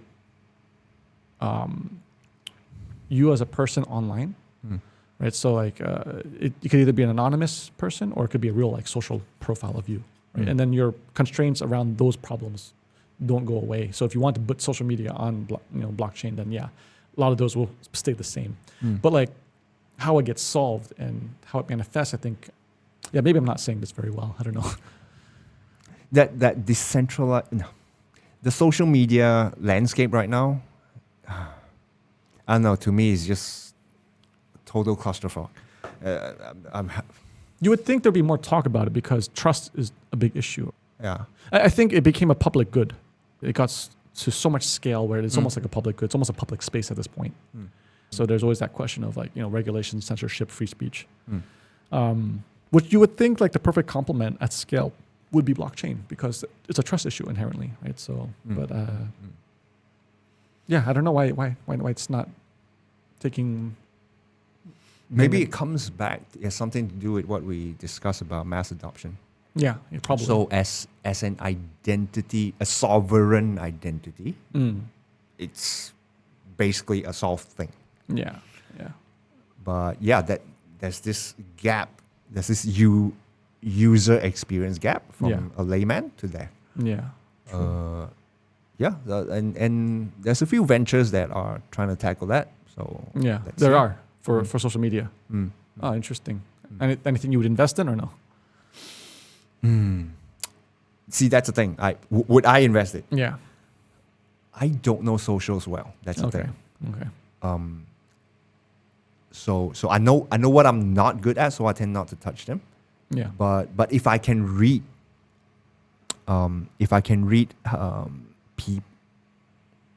people on a large scale, very well, I would know that I can make a bet on, let's say, Mastodon versus Blue Sky, for instance. Okay, I see. Then I'll be more confident. I see. Okay, so it's you're staying within your sphere of confidence. Yeah. Okay. Cool. So, is there anything else in crypto then? Anything else tickling your fancy, or maybe that's directly in your critical path? In crypto? Yeah. Let's see. These days, Bitcoin is getting interesting. That's interesting to hear. Yeah. You think it's been like boring for a long time. Yeah, you think it's like a dinosaur and it's kind of at its limit, right? People are putting tokens on it. What does that mean? Like, how's that different from before? So somehow someone found a way to mint NFTs. Okay. Inside Bitcoin. Okay. As in using the Bitcoin network to build new assets, new digital assets. Okay, in a sense, like in an NFT sense. What do you mean it's a digital asset? Like a art, or what are we talking here? It can be. It could be a game item too, or? It can be, yes. Okay, so just the technological ability exists now. Yeah. So now that NFT exists, they continue to make fungible tokens. Fungible tokens now exist.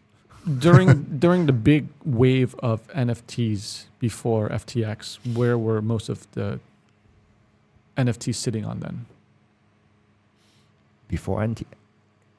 Wait, there's no relation. There's no well, because you're saying that NFTs are now linked to Bitcoin. Or there's a class of NFTs with Bitcoin now. Something like that. So when you make an NFT, it can sit on any network you want. So typically Ethereum. Okay, so in the past it was mostly Ethereum. Yeah, mostly. Why? And because it had because it's most secure. They think versus Bitcoin, or the ability versus other networks. So other networks you may have heard of Polygon, Avalanche, etc. Yeah. So it may be they may sit on those networks. It's cheaper. Yeah. It's cheaper to pay for, cheaper to transact. Yeah. Ethereum is very expensive. Yeah. But people pay premium for that. Okay. Simply because it's perceived as the most secure. Okay. So, and it's more secure for technical reasons. Why was it? Because it's more widely distributed. The nodes on the network. Yeah, you may say so. Okay. You may say so. But Bitcoin should be even more distributed, right? Or no? Arguably, some people may say so. Okay. Yeah. It's also validated differently. Okay. You may have heard that Ethereum recently switched to proof of stake. It's proof of stake. Yeah. Yeah. It's still so Bitcoin is the only one running on proof of work. Okay. Burning a lot of coal. Okay. I see. So so the point is, this is a good time to bring up this mental model. You can think of a network like Ethereum, like Polygon, Bitcoin, as a city. Okay. They are like cities. Okay. And cities have different density, different cost of living. Mm-hmm. Interesting. Different defense capability. Yeah. Yeah.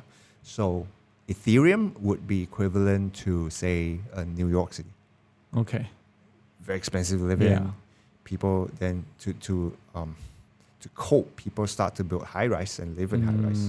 Yeah. Some cities are very cheap to live in. Yeah. So say a Polygon or a Phantom, very cheap to live in. Security not as strong, right? I see what you mean. So when you live in New York, you pay a lot. Premium, yeah. Where do the money go to? The money goes to defense. Okay. You have a huge army around. I see. So Bitcoin is Bitcoin's defense is very strong. So when someone make an NFT, they have to think about this. Do I want to live in a city that is not as strong in defense? Yeah. So, but more looser, more flexible, faster. Faster, yes. Yeah. So people think of Bitcoin as if I could live there somehow. Yeah. It's interesting. Yeah. To think about. Yeah. So someone did. Must have been hard then. I guess. Because no one else did it before. Yeah. So, okay, someone did. And started with a non-fungible one. And now there are fungible tokens. Somehow, magic. Yeah. So, it's it may be interesting in the coming months. Yeah. To see what comes up from there. Do you think there's enough excess money to flow back in and make another bull wave?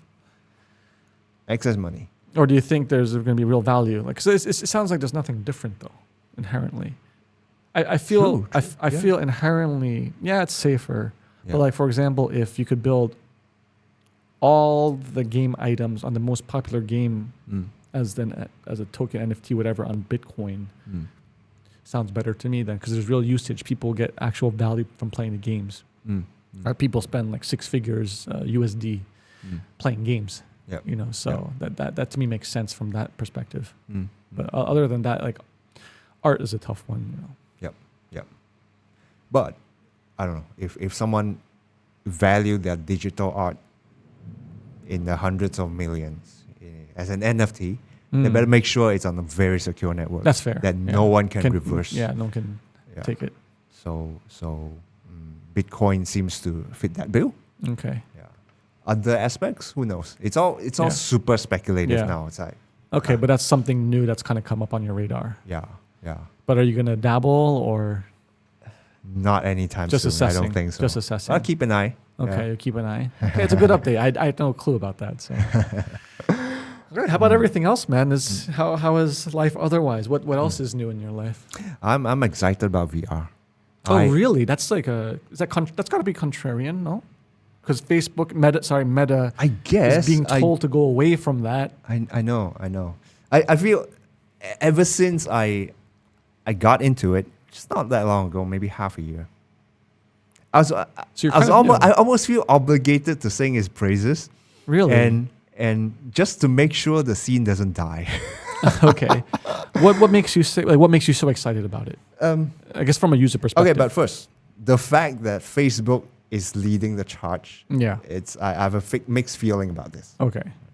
But as a medium, I love it. VR as a medium. So it's the immersion is just something else. Okay. So what makes you most excited? What immersion makes you most excited? It's like going to a theme park anytime I want. Sure. But like what? So I'm guessing it's a game you're playing, right? Yeah. So what's the most exciting? So I went through.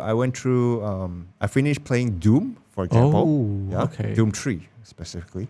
I'm now playing a horror game, Walking Dead. Yeah. Okay. Yeah. So it's very different actually from traditional gaming.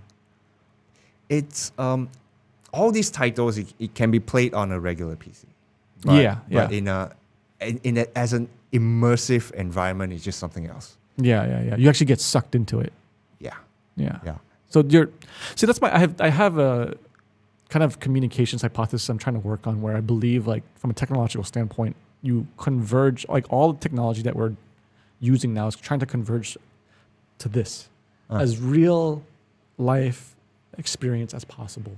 Okay. Yeah. It's almost like recreating the holodeck from Star Wars. I feel that's Star Trek. Sorry, Star Trek. My bad. I'm gonna make a lot of people angry. But it's like, Star Wars Day. But yeah, it's it is to be fair. Star Wars Day. Yeah, May 4th. May the 4th be with you.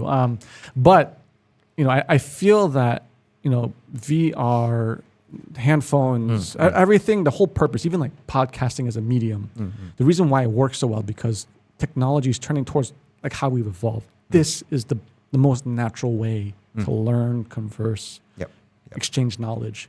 And like what Mark Zuckerberg said about why he wants to recreate meetings on VR and have your hands in a very natural way.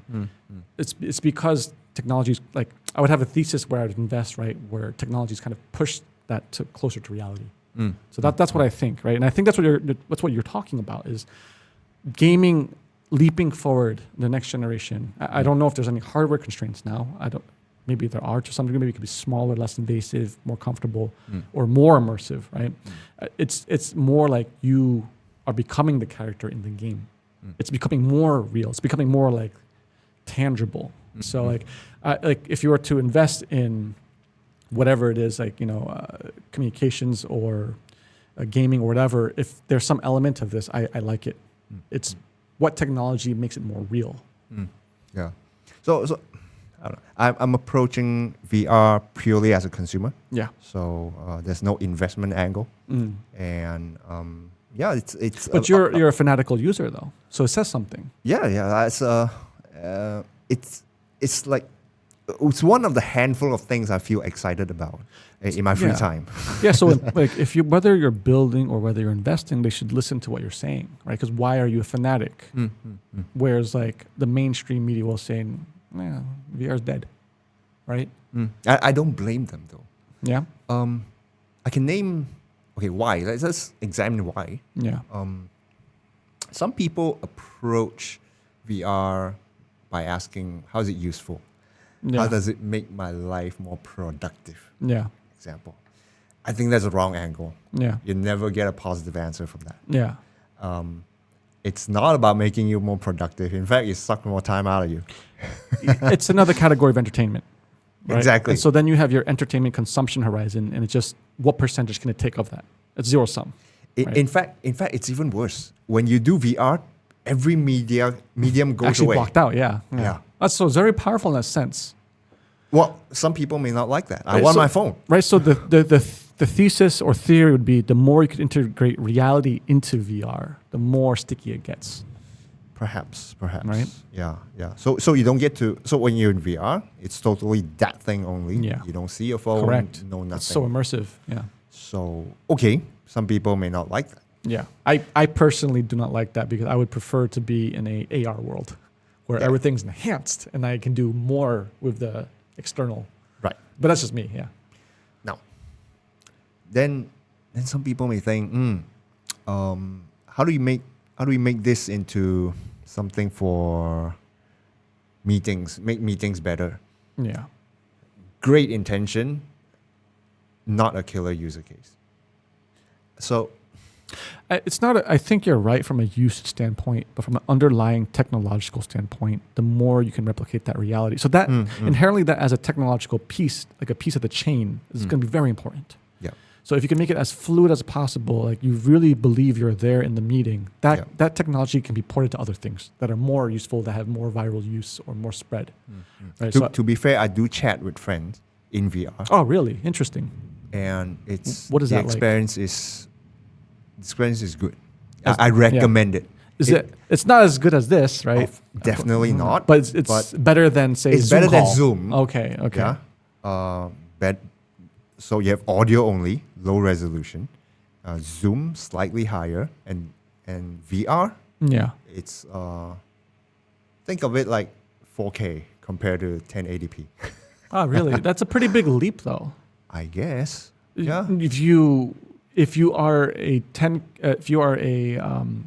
HD user for a long time, then you jump to 4K. It's very noticeable, and of course, then you get used to it. Then you try to go backwards, you can't, right? Yep. So do you imagine a world where, in the future, primarily the mode for remote communication would be VR? Be a long time away, I feel. Is there at the current rate of growth? I don't see it within the next 3 years. Is there technological bottlenecks or UX UI bottlenecks, or what are you seeing? Because you said it's 4K to 1080p is a big difference. But putting on the device, is quite ceremonial. Yeah. I that's why I don't like. It's very to me it's too heavy. It's not.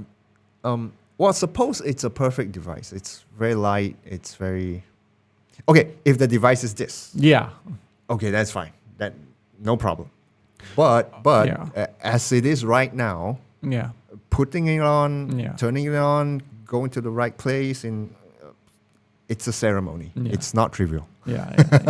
That's fair. So that's a UX obstacle. Would you? I mean, I don't know if you know anything about hardware. Do you think there's any hardware constraints to making that smaller, more portable, more? Oh, hell of a lot. So it's just exponentially far. It's very tough to do to shrink your hardware to something sensible. Yeah. So the fact that they've come this far, I think is quite impressive as it is. Mm-hmm. So and what you will see on screen will never be as good as, say, a PlayStation. Yeah, not yet. Some say never.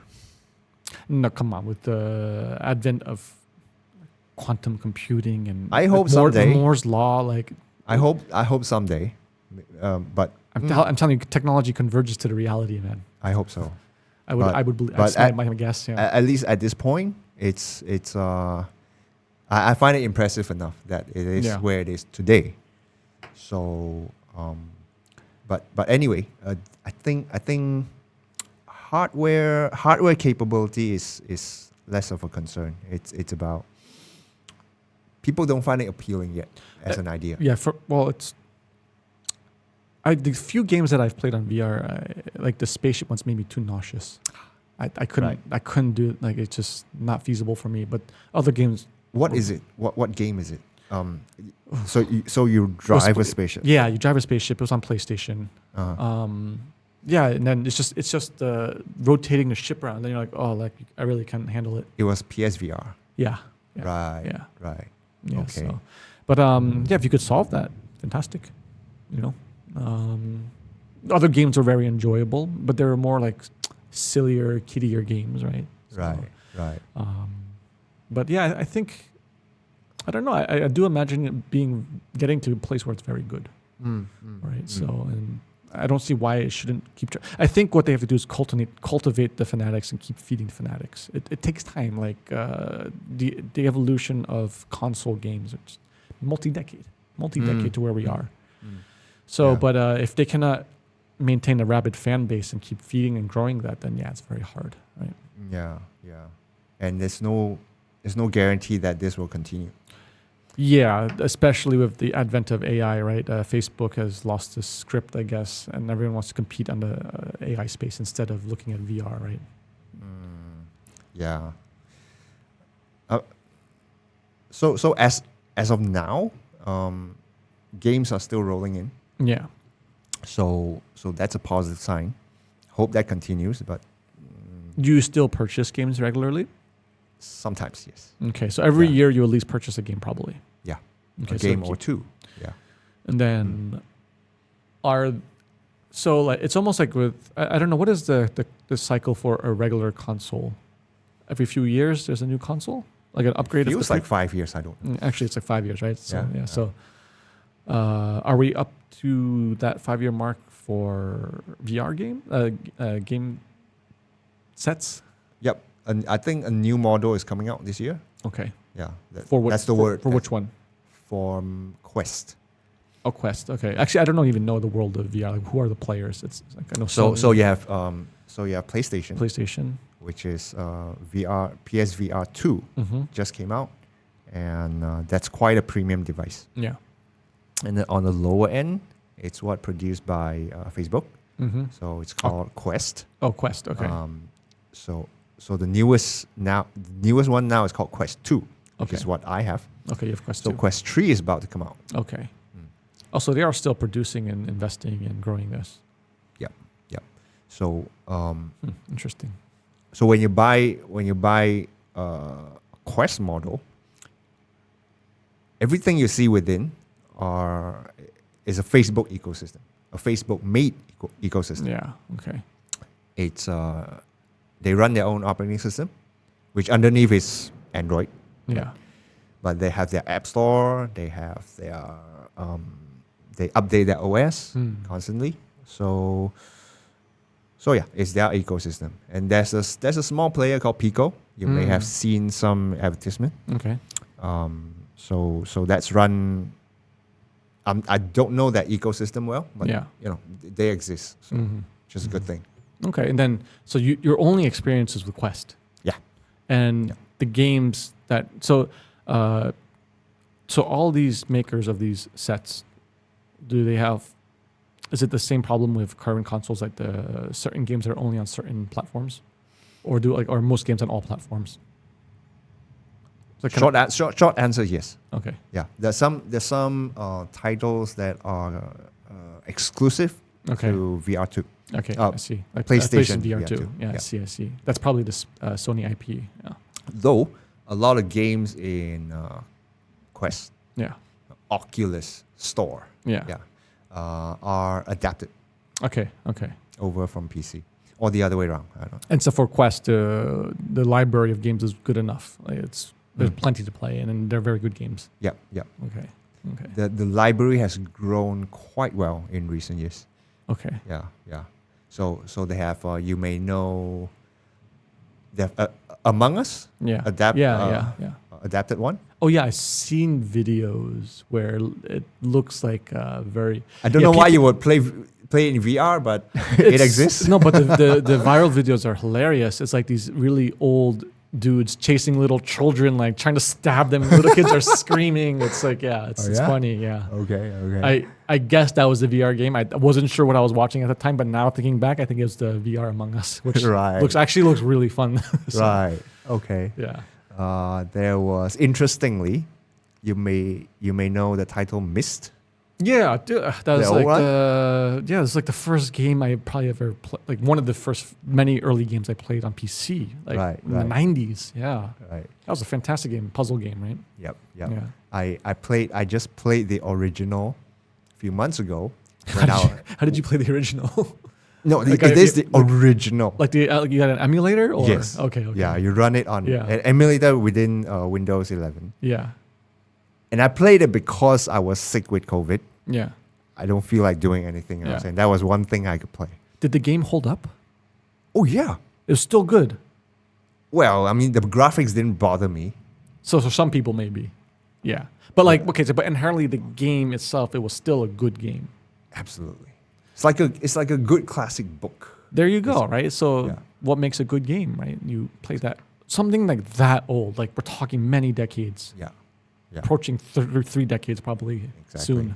Right. How many games like that hold up? The IP, the idea, like how can it hold up, right? So there's something core about probably good games.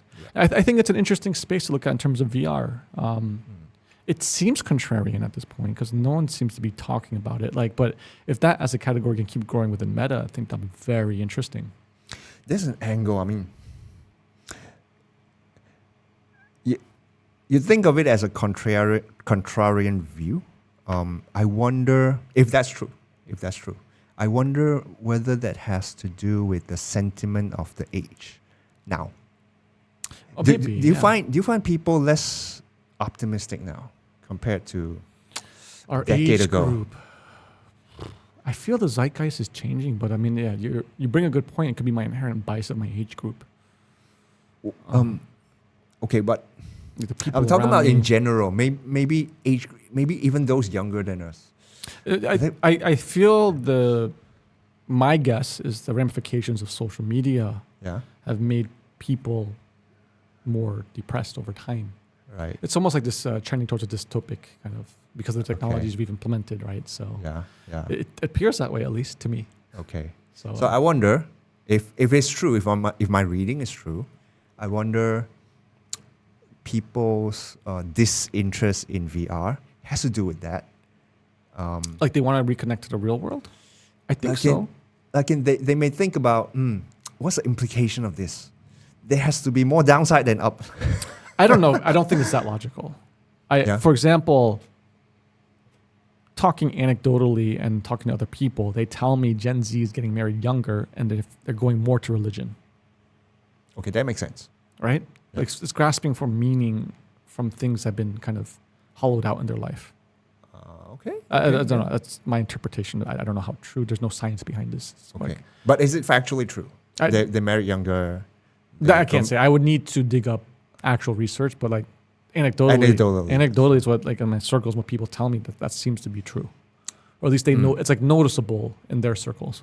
Okay. Right? Okay. I'll believe that. Yeah, I could be in a certain circle that just happens to, to see that trend, but so how does that tie back to what we're saying? So like I don't think it's a logical. It's like you're trying to say like Gen Z making environmental decisions because they see the world crumbling behind. Like I'm not going to eat meat. I don't think it's like that for VR though, right? I think I do think from a media perspective, there's only so much you can consume in a day, and so the value has to be exponential. Like it has to be 10x, 20x better experience. And again, it's going to go from niche to mainstream, right? So we're just at a part where it's niche. So I just think it's hard. It's hyper competitive to be able to take that market share of someone's day. Like say, how much do you work in a day? 8 hours? And then you sleep 8 hours, right? And you only have another 8 hours for whatever else, right? So what? So how do you split up your 8 hours of free time? Yeah. What do you do? Read? Do you play VR? What else do you do? Watch Netflix? You mean me personally? Yeah, I'm saying you personally. In my playtime, I would read, watch, TV play. shows. Yeah. Play VR mostly. Not all in the same day. Yeah. You know, spread out across the week. So, write. You would write. Yeah. Yeah. So can you imagine, like, you just happened to pick up VR, probably on a whim, or someone told you? On a whim. Yeah, right. So on a whim. So you just got it then. Now look at your behavior before VR and after VR. How much time does VR eat into your free time? Quite some. Quite some, right? Yeah. But because you got a lot of value out of it. But now imagine, not everyone's going to go on a whim to probably do that. So it's going to be some challenges, I think, for adoption. Yep. But it's the same thing with early console games, unless it's something more viral. There's like some viral elements of word of mouth, like going to your friend's house, playing Super Mario together, and then you wanted to get your own console, right? So if the game is good enough. So yeah, I think that. So I guess your point is, it's more the obstacle is more logistical. Yeah, it's a lot of competition. For attention. And it's exactly. And it's hard to convert that attention. Yeah. So I think that's what I wouldn't say it's like a generational thing where it's like, this is not good for me, so I'm not going to do it. That's more of people in our age, I think in our 30s and 40s, where you're trying to really be productive and you have to manage your time carefully, right? So if you want to start a family, it's even worse then, right? Or like say, you want to spend more time with people you care about and not with frivolous people, right? So then that's the age where we get more purposeful, right? Where you start saying no more to things instead of being more open. Because when you're young, you have so much time and freedom, right? So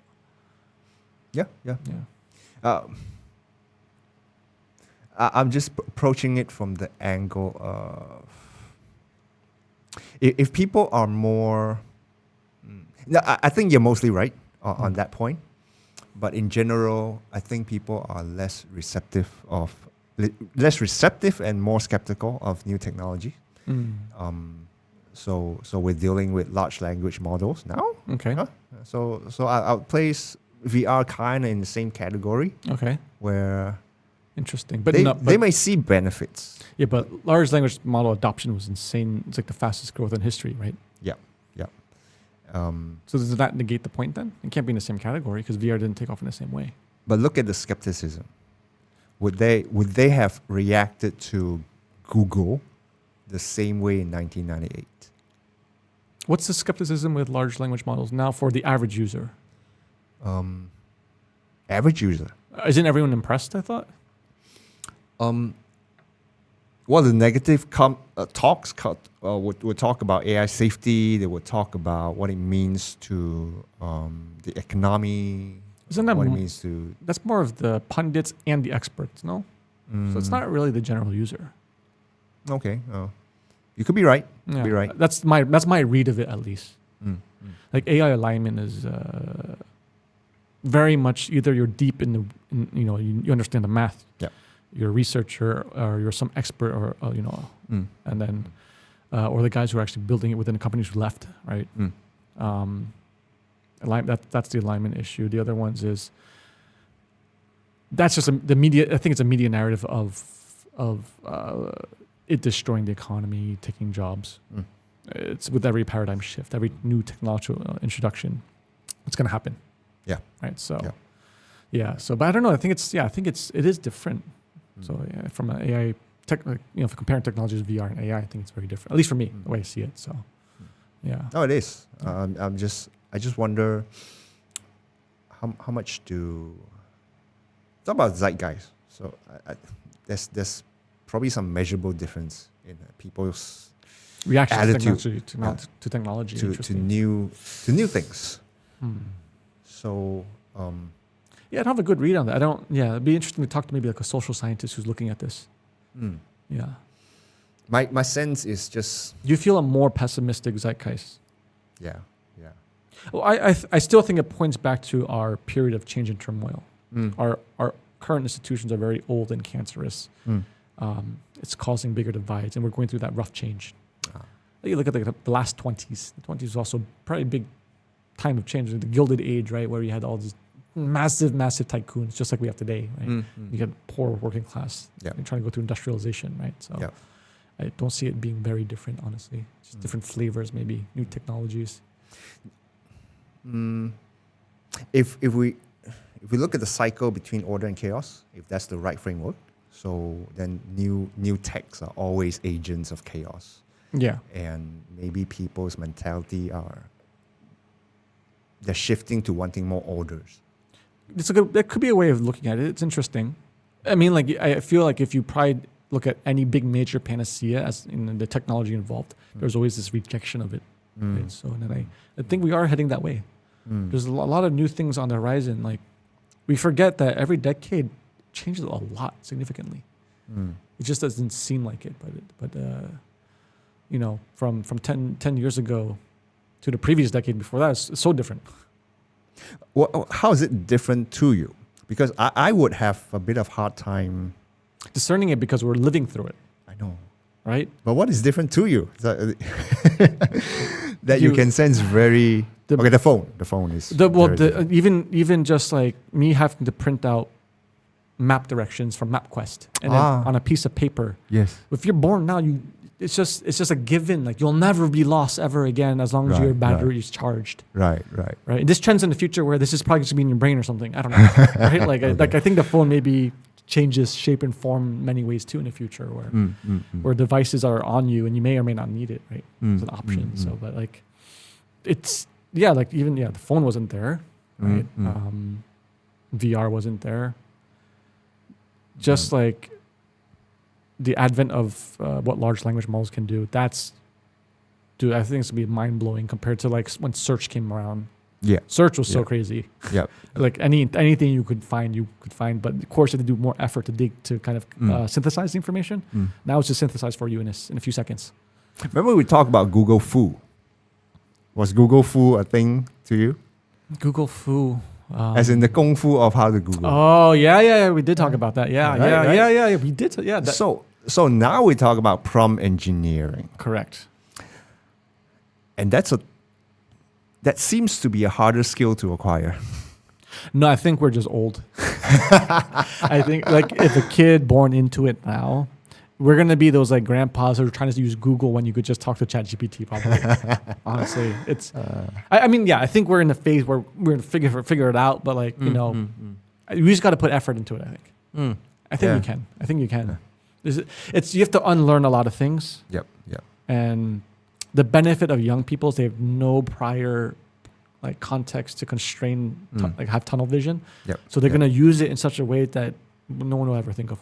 Right. Yep. So I think they have the benefit of that. Which I am. I'm actively learning prompt engineering or whatever they have developed so far. What have you discovered? Like how are you using the technology? You talk to it differently. So think of it less as a Q&A machine, and you write it in such a way to let it continue what you have written. Yeah, it's like building on it, right? Yeah. So that's different from Google, where your answers are not. It's about keywords. Yeah. Right. So yeah. I'm far from mastering it, but it's getting better. What have you learned so far, though? I use these things to code in environment that I'm not familiar with. Oh, that's awesome. Okay. So my, for example, my daily work is done in Python. Okay. So these things are not too useful for me. I don't sense a great need for it. What about for your team? That's the thing. That'd be great for your team. I'm not sure. We had this discussion before. You should let them use it. But to finish my point, sorry. I was occasionally I would be out of that and code in, let's say, Emacs. Emacs is something I use on a daily basis, and you can create logics for it to run in a language I'm not too familiar with. What language would that be? It's called Lisp. Oh, Lisp. So Emacs Lisp. Yeah. So then I can tell it. I can go to an engine like this, large language model. I tell it what I want. I get exactly that snippet, and it will just work. It's like tweak, Yeah. So yeah. Okay, so that's that. Now, back to my team. They had a mixed feeling about this. Okay, interesting. We had a few discussions on this where we explore how useful it is for them to get code snippet suggestions in their text editor, in their code editor. And they don't find it hugely useful for some reason. It's probably because they don't have enough context of know how to ask. I feel it would come down to experience. So I don't know. Maybe they have enough mastery over what they do that this is not hugely useful. Okay, so there's a slight difference between what you get in a text editor, where you want to construct a function that does this and this. Yeah. So you get a suggestion, maybe a block of 7 lines of code. Yeah. And then you could choose to accept it or not. Mm-hmm. Okay. And then you go to ChatGPT. You tell it to, in a different use case, you go to ChatGPT, you tell them what you want, and it gives you a sample piece of snippet. That's a different use case. So they like this chat bot model a little bit better. Oh, versus a suggestion. Yeah. But where's the suggestion being generated from? It would be a service like something like offered by GitHub called Copilot. Oh, Copilot. Okay. So but Copilot also inherently that's the general idea of, like, I think just ChatGPT is a better refinement because it's a better data set. I'm not sure. Yeah, I'm not sure. Probably. So some find that the chatbot model a bit more useful. Is it because they can prompt it in a more natural way? Maybe they can build on it. Okay. Yeah. Build on what they have written before. Yeah. So that's true. So actually, yeah, because you ask it one thing, it puts it out, but you could see it's like 70% there. You could ask it to fix the next 30%, but then returns 20% better, right? Then you could just keep iterating, right? I guess Copilot doesn't work that way. But on my end, I also wonder, is it because we haven't mastered using Copilot yet? Maybe we're using it wrong? But if inherently the team's using ChatGPT better, it's a better technology at the end of the day. It's going to be more productive faster. Could right? be. So why waste time? Could be. Right. Yeah. So have you allowed the team to integrate using ChatGPT? Or it doesn't even matter. They could just use it and you submit code review after, right? Yeah, I don't know. It's up to them. Yeah. So far, there's no one said anything. No strong. There are no strong words about it. It's almost they're agnostic. To be clear, you're still working for Kakitangan. I do. Okay, yeah. So this is your team for the HR service. Yeah. The HR SaaS software. Correct. Yeah. Correct. Okay. Yeah. So we're still keeping an eye out on this. Yeah. Not sure how to react. But I'll be exploring more. I want to integrate Copilot, but not Copilot, something similar, and see how it affects my coding. There's also Auto GPT. So you could it could plug into more, then you could have a probably more refined control over kind of whatever output you're looking for, I guess. Yeah. So do you envision your team, say if you could master this, do you envision your team getting smaller for development? Everyone becomes more productive? I hope more productive. Smaller, larger, I don't know. Depends on the resource. Yeah, so that just depends on your budget for your development team. And then in theory, if you keep your same development, you could build much more exponentially faster or better quality. In theory, right? So in theory, you should be able to move faster with less technical debt going forward if you can master this. Technical debt, I don't know. But faster, yeah, in theory, yeah. Well, what's the main cause of technical debt? Poor design. So in theory, I guess you would still need someone who understands good design to prompt to get good design output. So, but you can code faster, then you could also review faster too then. So in theory, debt should reduce over time, no? I don't know how we could review faster. If it's me reviewing, it's the same. You input and then you could see the output. You know how to prompt ChatGPT better to know what good code looks like. Here are the parameters for good code. Here's the code that my team inputted, right? Now check for any errors. Then you just look for the errors then you assess those errors from the output. You don't look at the whole thing maybe because you look at where ChatGPT looks, and then from there you just can resolve faster or not. Right? Then you could also reprompt it, like rewrite this or something. So review does get better, but ultimately you still do need one master who knows more. Okay, that's a bit of a different review process than I imagine.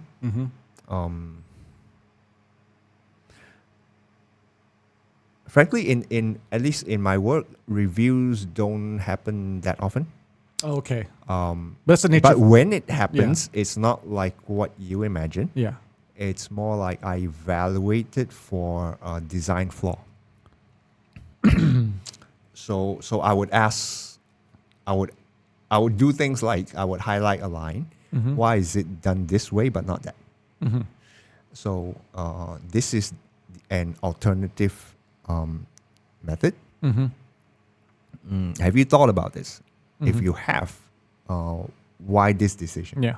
Yeah, and then the back and forth happens. But that's more of how you're structuring your team. That's more of a choice of how you've built your development team and your processes, right? And that's because I guess to facilitate mentorship, right? So in a sense, though, you could, like in theory, could rethink flows, maybe though. No, but we're trying to relate to LLMs, right? Yeah. So correct. So definitely, if you're doing something new, LLMs are very helpful. But can it lead to bad design? Probably. Yeah. Because it's for people who don't know what they don't know, right? So you need someone who just knows better to come up with good design. So I don't expect to know. I don't expect a chatbot to know my architecture. So, well, let's say if you could input your architecture, this is my standards. Now, every code I give to you must follow these standards. Code convention, that's easy, but what else is there? Style or style is easy. Yeah, style is easy, so you could fix those quite easily. But how do we think of the mental models that happens in the code that may not be visible? That's sometimes hard to read even. Very abstract. I don't expect any. So do you think those data sets don't exist on the internet currently? If they exist, then we have to use something similar for this chatbot to be helpful. Yeah, because it would be the same thing with autopilot. So I think they're trying to code some better mental maps and then have some suggestion output based off what you're prompting it, right? So I'd imagine like in order to say to get to the point of what I'm saying, you would need to have a very specific data set of very good mental models, but that's also very nebulous, right? Yep. Or it's in a sense where that you're almost trying to replicate intelligence as a data set. Yep. In order for the LLM to be able to code in the way that you want it to code. Yep. Right. But isn't there a possibility where an LLM can code in a better way than you? It could be recursive and come to a better design than a human? I think it's possible on a short-term basis. What do you mean? If I need it to give me a page of code that does something very clever, yeah, but in something manageable, this long, say, 50 lines, that's doable. Okay. Oh, but yeah, so you're thinking for larger scale projects, like yeah. But when I've like 15 files of these, and they all talk to each other, that gets complicated. But you saw the video of the guy, like, for example, coding Flappy Bird from scratch, right? Using the ChatGPT. Not aware. Okay, you should watch it. You watch it. So he's like a very experienced software engineer. So he knows how to prompt or what to fix. But he basically recreated the game just only using ChatGPT code.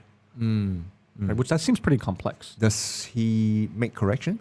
I think so. Like very minor, but I think he prompts for ChatGPT to make the corrections. I think so. I'll have to rewatch, but like, right. But essentially, say like even if you did 70% of it to make a game from scratch is quite good. Like it's like within a few hours or something like that. Right. Right. So I think it's possible, right? Yep. No, I believe it is. Yeah. Though that's not what we do. Yeah.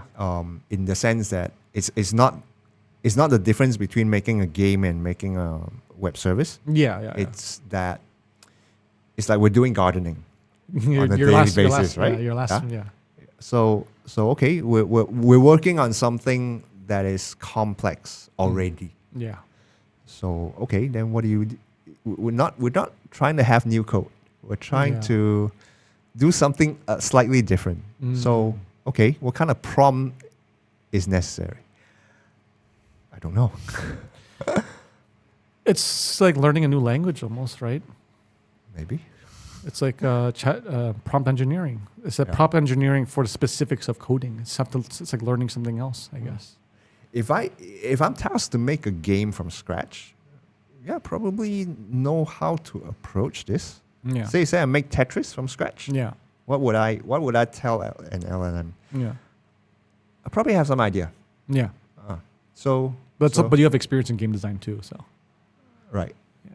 So okay, but if I have an existing code base that runs Tetris, now I want a different rule, a new game mechanic, somehow. Mm-hmm. How do I even start to approach this? With ChatGPT, what I tell it. So I'll maybe okay. You have to input the existing game, but then you just ask it to include this new mechanic with what parameters, no? Right, but it's your whole game is a repo of many files. So but that's just a matter of how much API access you have, right? Like how much data you're paying for. Unless the data doesn't exist in the LLM and can't spit out the answer, but I think it can. Oh, I don't know limits. I really don't know. I don't know. I'm like a complete pleb about all this. So yeah. So my point is, I'm not sure how to approach if it's possible. Maybe an experiment for next time. Yeah. So is there anything else you're looking at with this new technology of AI and ChatGPT? LLMs. I'm right now. I'm trying to master it. Okay. And I worry about losing out if I don't. So interesting. So and I find a lot of people somewhat don't pay enough attention to how this impacts them. Yeah. And your main concerns are? A lot of people are more complacent than they deserve to be. So do you feel alignment is a bigger issue, and that's not? No, that's not about safety. Okay. I'm talking about their career, how it impacts their work. Okay. So, they could, a lot of people could very well be replaced and be surprised that they do. Any areas you think where that happens fastest, or because I mean a lot of media has been discussing this, right? So yeah. What do you think? Like what area? Hard to say. I can confidently speak to my profession. That a lot of the simple code monkey stuff are it's easily solved. So what are the values that you as say a young graduate coder, what should you be good at when codes can be generated? And right now at this moment, the writers in Hollywood, rightfully, they're worried about it. So who knows? Maybe next one are lawyers. Okay. These are the ones that I think people are talking about most. Yeah, it's true. And I probably didn't bring this up. I had this intention maybe a year or two ago of writing a novel. Yeah.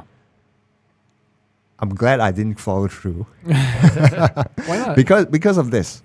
But it shouldn't affect it, right? Because it sounds counterintuitive.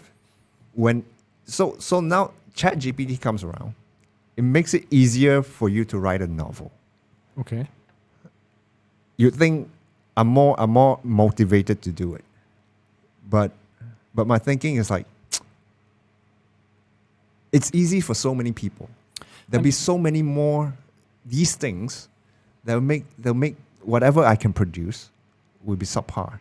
I still think it follows power laws. Like even if you were to make it before ChatGPT, it's still going to be about how good the idea is, and that depends on you as a person and your exposure or your mindset or what or how you interact in this world.